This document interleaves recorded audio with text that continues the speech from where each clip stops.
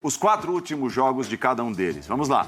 Então, o Palmeiras tem o Fortaleza fora, o América em casa, o Fluminense em casa e o Cruzeiro fora. Botafogo, Santos em casa, o Coritiba fora, o Cruzeiro em casa e o Internacional fora. O Flamengo, o América fora, que é em Uberlândia, o Galo em casa, Cuiabá em casa e o São Paulo na última rodada fora. E por fim, o Grêmio joga com o Atlético fora, o Goiás em casa, o Vasco em casa e o Fluminense fora. O que vocês destacam olhando para isso? Dá para apontar alguém com mais facilidade? Alguém que, pelo menos em tese, pode ter mais dificuldade, adversários mais difíceis? Eu destaco só uma coisa bem rapidinha, que acho que qualquer um dos torcedores desses times, olhando para os confrontos dos seus rivais, pensa assim: precisamos ganhar os 4. Eu acho que o torcedor do Palmeiras pensa isso, do Botafogo pensa isso, do Flamengo pensa isso e do Grêmio pensa então, isso. Quem vai ganhar os 4? Não sei, não tenho a menor ideia. Vou pedir para o Vinícius colocar aqui na tela, por favor. Na emoção você ia cravar. Vou pedir para o Vinícius colocar a tela, por favor, de novo. Assim, não é óbvio que não dá para saber o que vai acontecer. Mas o Palmeiras ganhar os 4 jogos, Fortaleza no atual momento dele, América em casa, Fluminense preocupado com o Mundial e o Cruzeiro com o time que tem, não é uma coisa tão impensada assim. Para o Botafogo tudo é difícil hoje. O Botafogo a gente não pode ter ideia do que vai acontecer. O problema do Botafogo para mim não é nem a tabela. Então, Botafogo tudo é difícil. Ele com ele, ele com ele. É isso. Pro Flamengo... Botafogo joga menos futebol desses daí. Exato. Exato. Começar hoje. Isso. Para começo de conversa. Porque a questão não é a tabela, nesse Não é caso. mais a tabela. É isso aí. O Botafogo parou mesmo. O Flamengo tem uma tabela um pouco mais difícil para mim que a do Palmeiras. Mas você aponta que ela é difícil Aonde? pelo Galo ali? É pelo Galo? Porque Cuiabá e São Paulo, para mim, não. Pelo Atlético, pelo Cuiabá. Acho que são jogos mais difíceis. Acho que o Cuiabá no Maracanã. O Cuiabá já comemorou, já desfilou em carrinho, já ficou. Tudo bem. A tabela mais fácil... Eu consigo ver a tabela do Flamengo como mais difícil que a do Palmeiras. Não diferencia a tabela do Flamengo com a tabela do Palmeiras hoje. Eu falei que é difícil, Seguinte, eu sou o time Y, eu vou escolher uma dessas sequências, tá bom? Eu vou escolher a do Flamengo. Eu também acho. Eu escolho a do Palmeiras. Porque o Flamengo ainda tem o Galo ali. Quem você vê hoje brigando muito por alguma coisa naquela sequência do Palmeiras ali? Agora, o Fortaleza Grêmio não jogou bem hoje, tá? O Grêmio tem esse jogo dificílimo que é o Galo fora. Mas dá uma olhada na sequência. Cruzeiro lá sem torcida em campo. E o Flu é uma coisa meio imprevisível, né? Aliás, eu só vou já antecipar as discussões que vão surgir muito provavelmente na 37ª e na 38ª rodada. Mas o Fluminense não é nem a questão de, vai facilitar, sei lá o quê. Não, Mundial. É o Mundial. Claro, né? claro. O Mundial. O Fluminense vai estar completamente voltado para o Mundial, não vai tem arriscar como ninguém. mobilizar mentalmente o time para outra coisa. Sim, mas assim, que as discussões na 37ª e na 38ª rodada, se Palmeiras e Flamengo estiverem na briga, e é muito possível, muito provável que ambos O Flamengo estejam... enfrentando um rival do Palmeiras em São Paulo. O Palmeiras pega o Fluminense e o Flamengo pega o São Paulo na última rodada, no Morumbi. Quer dizer, já sabemos tudo que a gente vai ouvir. Qual será a tarde? A tarde eu não vou tentar adivinhar, não. Mas... Não subestime a capacidade. Bom, o Botafogo, mais uma vez, deixou 2 pontos pelo caminho. Hoje, na estreia do Thiago Nunes, era importante vencer hoje, né? Porque se o Botafogo vence o jogo de hoje, ele é o time que depende só dele ainda. E aí é aquela coisa do renasceu com a estreia de um novo técnico. Futebol é mágica? Não, a gente está cansado de falar sobre isso aqui.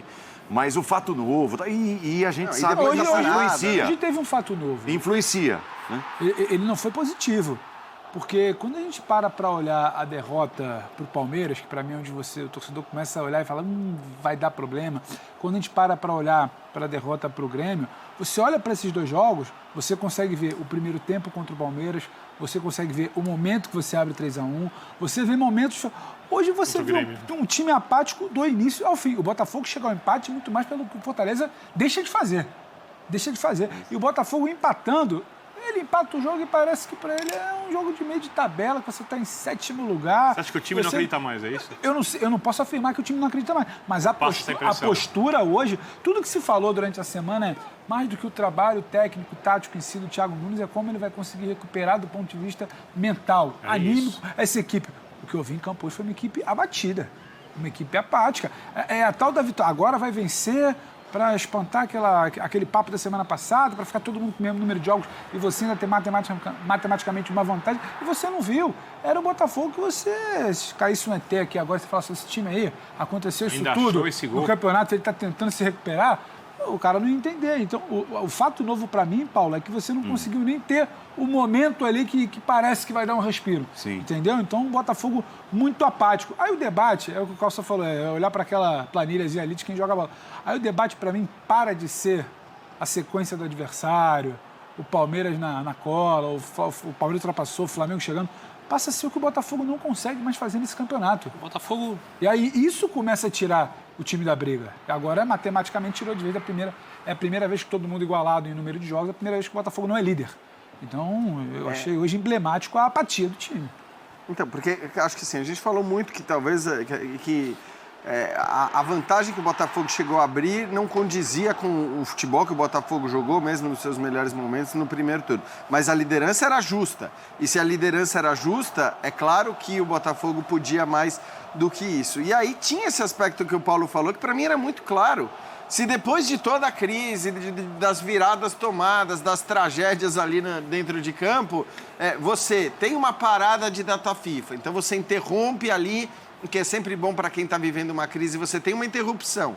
Você traz um novo técnico e ganha um jogo que é complicado, porque eu acho que o Fortaleza fora de casa é um jogo sempre complicado. Isso. E você esse vence. Efeito. Exato, você vence esse jogo. Não é porque você está ganhando do lanterna do campeonato dentro de casa, não. É um jogo que tem um grau de dificuldade e você vai lá. Você deu vários sinais, né? Isso, e aí acho que assim, a empolgação ela ia voltar com tudo. Até pela tabela que o Botafogo tem, porque pega o Curitiba virtualmente rebaixado, depois recebe o Cruzeiro, que está numa situação complicada também, não é um dos melhores times do campeonato, evidentemente. E aí enfrenta o Internacional fora na última rodada, provavelmente sem objetivo nenhum internacional. Então, não seria uma sequência negativa a do Botafogo. Mas eu acho que o jogo de hoje ele tem um baque muito grande também para o torcedor, porque talvez para muitos deles tenha sido a última esperança. Ainda que, repito, no final da próxima rodada, o Botafogo, assim como o Palmeiras, assim como o Flamengo, assim como o Grêmio, pode terminar na liderança da competição. E até porque aconteceu o gol que nós vimos, o gol contra, do jeito que se deu, né? Tem até o elemento místico de falar... A sorte também virou, né? A sorte também virou, porque assim, ganhamos ali o gol de presente e não vai, é impressionante como parou o Botafogo. E no momento que não era bom do Botafogo, né? Porque o Botafogo começa o jogo melhor que o Fortaleza, ali os minutinhos iniciais, botando mais uma pressão, mandando no jogo, mas essa pressão, ela... Começou mandando o jogo contra o Palmeiras, começou mandando o jogo contra o Botafogo. Não, mas nesse caso foi muito menos, porque o Palmeiras, o Botafogo mandou o primeiro tempo inteiro, poderia ter feito um monte de gols. Contra o Fortaleza foi o quê? 10, 15 minutos, e daí quando sofre o gol, inclusive, o Fortaleza passa a ser melhor no jogo, e aí, de fato, o Botafogo ganha esse gol de presente aí. E uma coisa muito óbvia, não existe antídoto para essa má fase. Não é nada que o técnico possa fazer, a não se trabalhar o time do melhor jeito possível, trabalhar mentalmente jogadores e tal, mas você não tem fórmula para resolver isso. Mas eu acho que tem um você ganha jogos. Mas acho que não é antídoto, mas eu acho que tem um debatezinho assim sobre o que ele já pode mudar. Eu não sei se foi uma opção por ser primeiro jogo, não querer sair mudando estrutura, mas tem muita gente desse time que você pode mudar. Você tem 4 jogos, ou você não tira, ou você troca, você precisa fazer alguma coisa com o de Plácido. Você precisa fazer alguma coisa com gente do meio de campo que não responde. Só o termo que você está usando e eu não vou discordar. Precisa. Mas não é uma assim, opção. a vantagem que o Botafogo tinha, a única vantagem que o Botafogo tinha... Se não é anímico, se não é um trabalho tático em 4 jogos, se não tem como recuperar em 2 semanas... Tentar alguma coisa. Tenta uma peça, porque o que a faixa direita da defesa do Botafogo vem comprometendo a jogos, então assim, daqui a pouco só vai terminar e falar, podia ter trocado. Se olhar para Botafogo e Flamengo hoje, dá para imaginar o Flamengo evoluindo em 4 jogos. No Botafogo a evolução tem que se dar por outra maneira. Não é evoluindo, organizando e tal. Até porque o Botafogo ele já alcançou mais do que poderia no primeiro turno. Pelo elenco que tem, pelo futebol que jogou, ele foi brilhante dentro de um momento do campeonato. Quando o campeonato muda, ele não consegue mais jogar. E hoje, daquele grupo que a gente mostrou, é quem joga menos e bem menos futebol. Menos que o Grêmio, menos que o Palmeiras, menos que o Flamengo. Bragantino, para ser campeão assim, não dá nem para comparar o jogo do Bragantino e o jogo do Botafogo. O problema é que a única vantagem... Outro mundo. Eu acho que assim, a única vantagem que o Botafogo tinha em relação a Palmeiras e Flamengo, para citar esses dois, eu nem vou falar, era a vantagem matemática.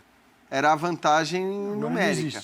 Agora ela praticamente não existe, quer dizer, ela é de um ponto em relação ao Flamengo, não existe mais em relação ao Palmeiras. Então, assim, eu acho que até aquele torcedor mais esperançoso agora deve achar muito improvável conseguir reverter essa situação. E digo mais, são 61 pontos, o quinto colocado tem 59 nesse momento, 2 pontos atrás. A vaga da Libertadores está ameaçada. Pois é, a vaga direta. A vaga direta, né?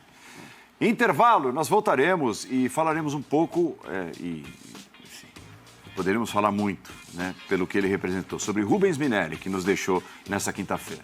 Estamos de volta à linha de passe, né? Um dia triste, que será lembrado com tristeza, com alegria pelo que foi esse símbolo, com tristeza pela partida do Rubens Minelli aos 94 anos. Para começar, 4 vezes campeão brasileiro, 2 pelo Internacional, um time gigante na década de 70, Palmeiras, São Paulo, os 4 títulos, mas ele vai muito além desses títulos conquistados, né? Nós estamos encerrando, eu vou ser bem breve, tá? O Inter era uma máquina de jogar bola, que jogava um futebol coletivo que o país questionava, porque é o Brasil só das individualidades. E o Inter, individualmente, era um timaço também. Ele ganha 75, 76, vai para o São Paulo em 77. São Paulo é muito pior que o Atlético, individualmente. O Atlético terminou o campeonato invicto, ele conquista o tricampeonato brasileiro. Quem devia ser o técnico da Copa do Mundo em 78, conhecendo a cultura, trabalhando no time do Internacional? Não foi. Ou seja, um injustiçado, um cara à frente do tempo dele, um senhor treinador, quem conviveu com ele, foi uma pessoa assim, amável, doce, profundo conhecedor de futebol, que não seja esquecido nunca na história do futebol brasileiro. Paulo? Era muito bom conversar com o seu Rubens sobre futebol. E ele sempre foi um cara, assim, não é que ele não era daqueles, no meu tempo era bom, não, ele enxergava as mudanças. E como disse o Birner, ele enxergava um pouquinho à frente, ele antecipou algumas coisas que iriam acontecer no futebol. E ele ganhou com um tipo de futebol com o Inter e o outro com o São Paulo. Isso. Numa sequência de 3, também merecia a Copa do Mundo. Era muito legal. Eu cobri muito tempo Palmeiras e o seu Rubens foi treinador. Era divertido. Numa outra época que você conseguia... o treinador estava do teu lado dando treino. Isso não existe mais. E assim a gente encerra a linha de passe. E fala, torcida Alviverde. Vamos para mais um vídeo, mais notícias do Verdão aí. Deixe seu like, inscreva-se no canal e vamos para mais uma notícia aí. Palmeiras treina com Piquerez de volta antes de jogo com Fortaleza. Verdão visita Leão do Pici às 18h30 do domingo no Castelão. Zagueiro Luan segue no departamento médico. Palmeiras treinou na manhã desta sexta-feira na Academia de Futebol, na preparação para o confronto com Fortaleza, que será às 18h30 do domingo no Castelão. A principal novidade foi a presença do lateral esquerdo Piquerez. O uruguaio sofreu um edema na coxa esquerda durante o jogo contra o Internacional. Estava afastado dos gramados e nesta sexta, enfim, trabalhou com o grupo no início de atividade. Aumenta, portanto, a lista de retornos, que na quinta-feira teve os 4 selecionados: Hendrick, Rafael Veiga, Richard Rios e Gustavo Gomes.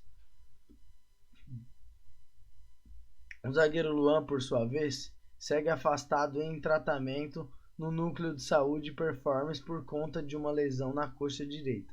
Assim também estão o volante Gabriel Menino e o meio-campista Dudu. Na movimentação desta sexta-feira, a comissão técnica exibiu um vídeo no auditório e conduziu um trabalho de ativação muscular no Centro de Excelência, encerrando com um coletivo em campo reduzido. Na parte final do treino, os atletas fizeram exercícios de fundamentos específicos por posição.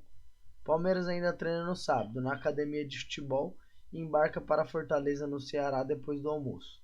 O Verdão é o líder do Brasileirão com 62 pontos, sendo um a mais do que o vice Botafogo, e agora depende apenas de si nas 4 rodadas finais para conquistar o título. E é isso aí. Essa foi mais uma notícia de hoje. Deixe seu like, inscreva-se no canal e até o próximo vídeo.